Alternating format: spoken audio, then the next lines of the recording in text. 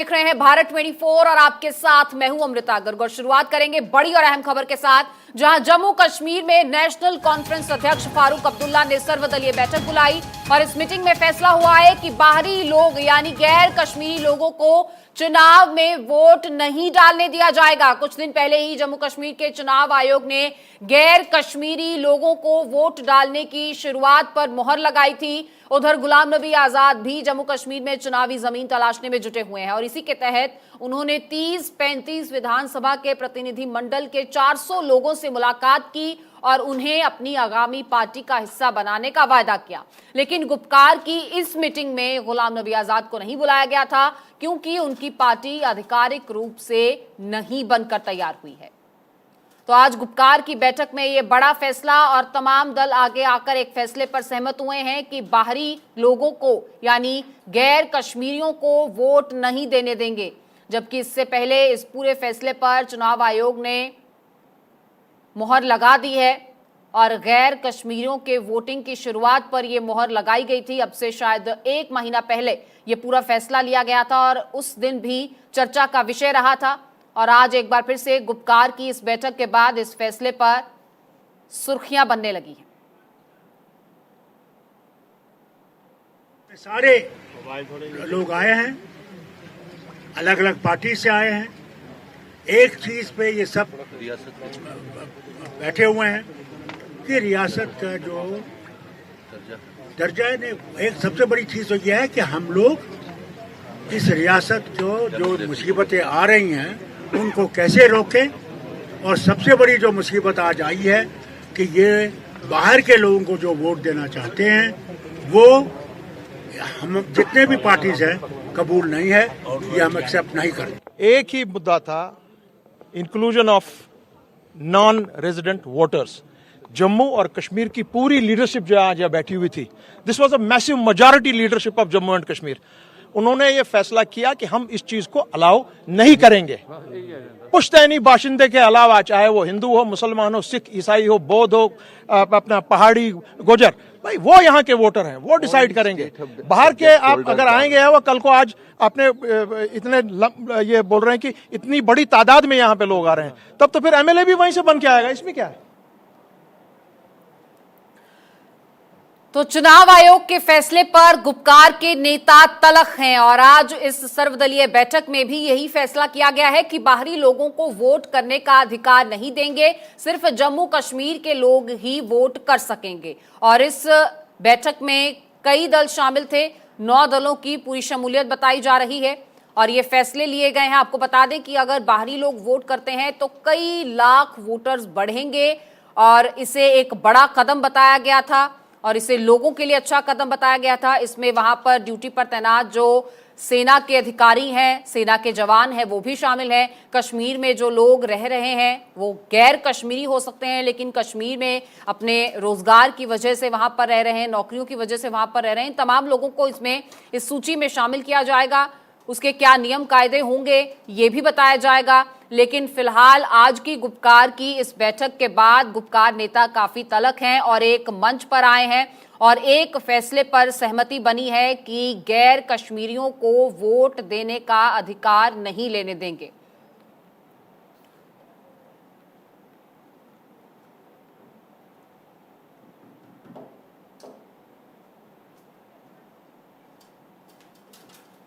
इसमें सारे लोग आए हैं, अलग अलग पार्टी से आए हैं, एक चीज पे ये सब बैठे हुए हैं कि रियासत का जो दर्जा है, एक सबसे बड़ी चीज तो यह है कि हम लोग इस रियासत को जो मुसीबतें आ रही हैं उनको कैसे रोकें। और सबसे बड़ी जो मुसीबत आज आई है कि ये बाहर के लोगों को जो वोट देना चाहते हैं वो हम जितने भी पार्टीज हैं कबूल नहीं है, ये हम एक्सेप्ट नहीं करते। एक ही मुद्दा था, inclusion of non resident voters. Jammu और कश्मीर की पूरी लीडरशिप जो आज यहाँ बैठी हुई थी, this was a massive majority leadership of Jammu and Kashmir. उन्होंने ये फैसला किया कि हम इस चीज को अलाउ नहीं करेंगे। पुश्तैनी बाशिंदे के अलावा चाहे वो हिंदू हो, मुसलमान हो, सिख, ईसाई हो, बौद्ध हो, अपना पहाड़ी, गुजर, भाई वो यहाँ के वोटर हैं, वो डिसाइड करेंगे। बाहर के आप अगर आएंगे वो कल को आज आपने इतने ये बोल रहे हैं कि इतनी बड़ी तादाद में यहाँ पे लोग आ रहे हैं, तब तो फिर एमएलए भी वहीं से बन के आएगा, इसमें क्या है। तो वकार रसूल को भी आपने सुना जो कांग्रेस के अध्यक्ष हैं, और इसी के साथ आपने फारूक अब्दुल्ला को भी सुना।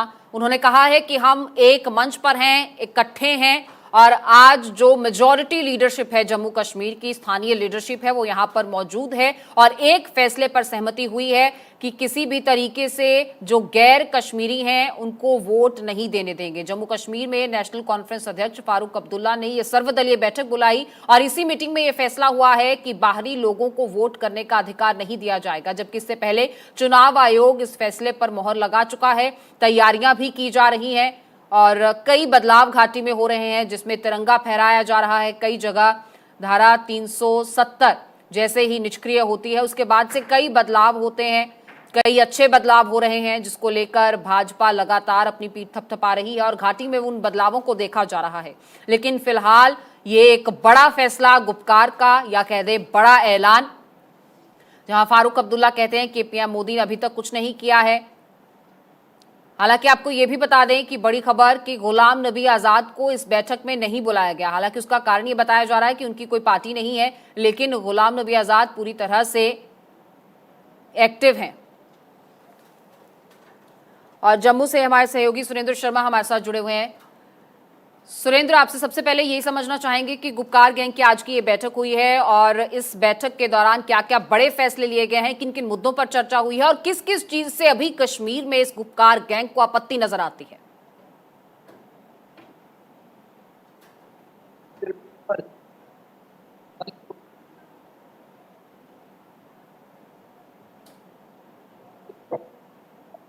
सुरेंद्र, आवाज आ रही है आप तक?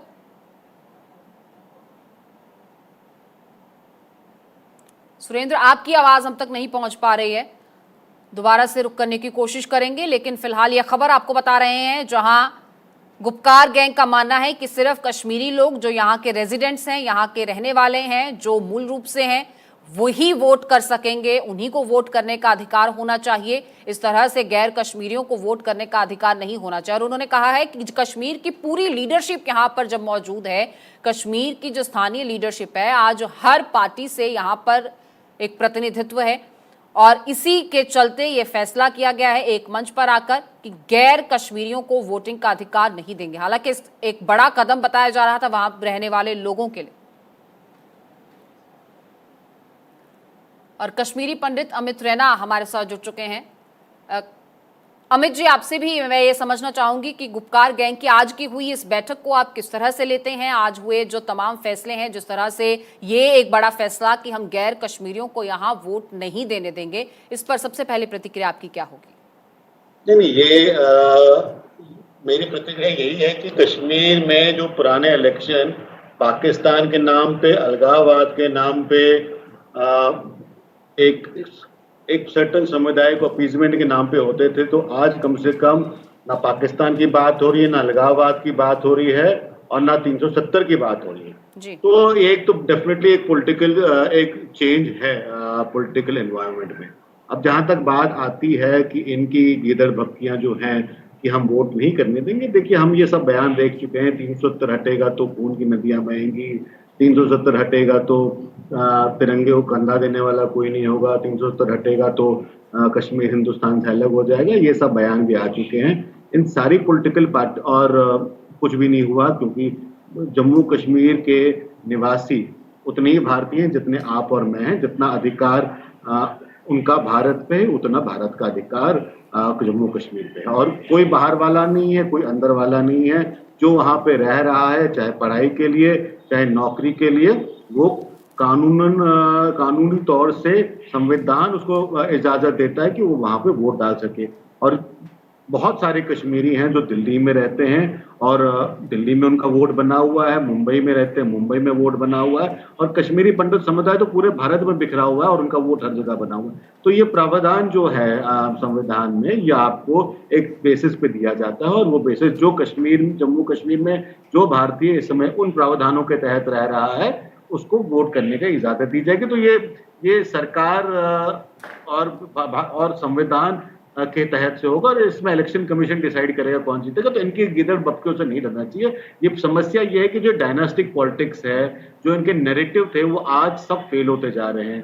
तो हर बार इनको एक नया नैरेटिव लाना पड़ता है, हर बार इन्हें एक नई पॉलिटिक्स करनी पड़ती है। इनको आज भी समझ नहीं आ रहा है कि जम्मू कश्मीर में अगर आप डेवलपमेंट की बात करेंगे तभी लोग आपकी बात मानेंगे, नहीं तो नहीं मानेंगे।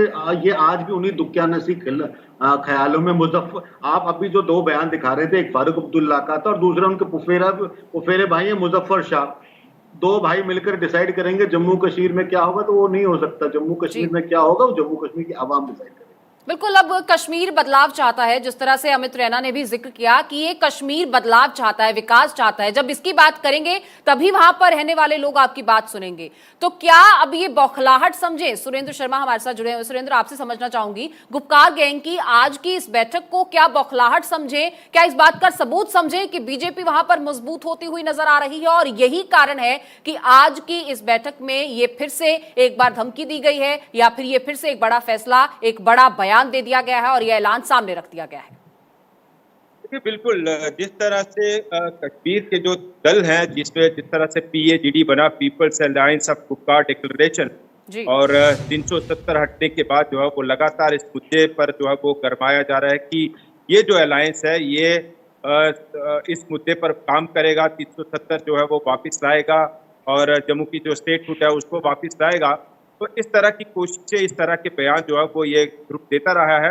हालांकि इस बार एक नया जो एक पे पहलू देखने में आ रहा है वो ये कि गुपकार अलायंस एक पॉलिटिकल अलायंस कश्मीर में बनाया गया था अपने सर्वाइवल के लिए।